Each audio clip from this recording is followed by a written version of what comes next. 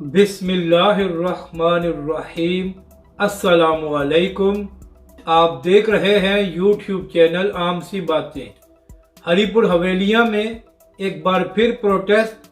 अब नादिर बलोच और सबूक सैयद क्यों खामोश हैं, इस वीडियो में हम इसी के मुतालिक बात करेंगे।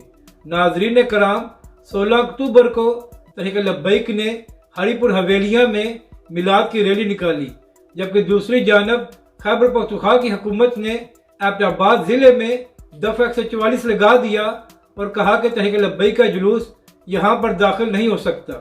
तो इस सब को देखते हुए तहरीक लब्बैक पाकिस्तान ने अपने जुलूस को एबटाबाद शहर से पहले ख़त्म कर दिया ताकि तहरीक लब्बैक के कारकुनों और पुलिस का तसादम ना हो। मगर इसके बावजूद जब तहरीक लब्बैक के लोग वापस जाने लगे तो पुलिस ने तहरीक लब्बैक के कारकुनों पर शेलिंग शुरू कर दी और तहरीक लब्बैक के कारकुनों को गोलियां मारी गई। तो नाजरीन कराम, इसके बाद होना तो ये चाहिए था कि तमाम सहाफ़ी खैबर पख्तूनख्वा की हुकूमत से ये सवाल करते कि जब तहरीक लब्बैक पाकिस्तान ममनुआ इलाके में नहीं गई तो फिर तहरीक लब्बैक के कारकुनों को क्यों शहीद किया गया है। मगर सबूक सैयद साहब जो खुद को सहाफ़ी कहते हैं, उन्होंने सारा इल्ज़ाम तहरीक लब्बैक पाकिस्तान और अल्लामा साद हुसैन रिज़वी पर लगा दिया कि इनकी वजह से हालात ख़राब हुए हैं, जिस पर पुलिस ने ताकत का इस्तेमाल किया है।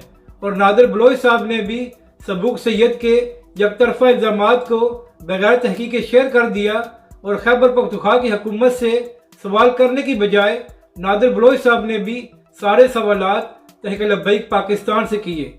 तो नाजरीन कराम, आप जानते हैं कि आज इलेक्शन कमीशन ने इमरान खान साहब को तोशाखाना केस में नाअहल कर दिया है। तो इसके बाद पीटीआई के लोगों ने उसी एबटाबाद में प्रोटेस्ट किया है जहां पर आज भी दफ़ा 144 लगा हुआ है।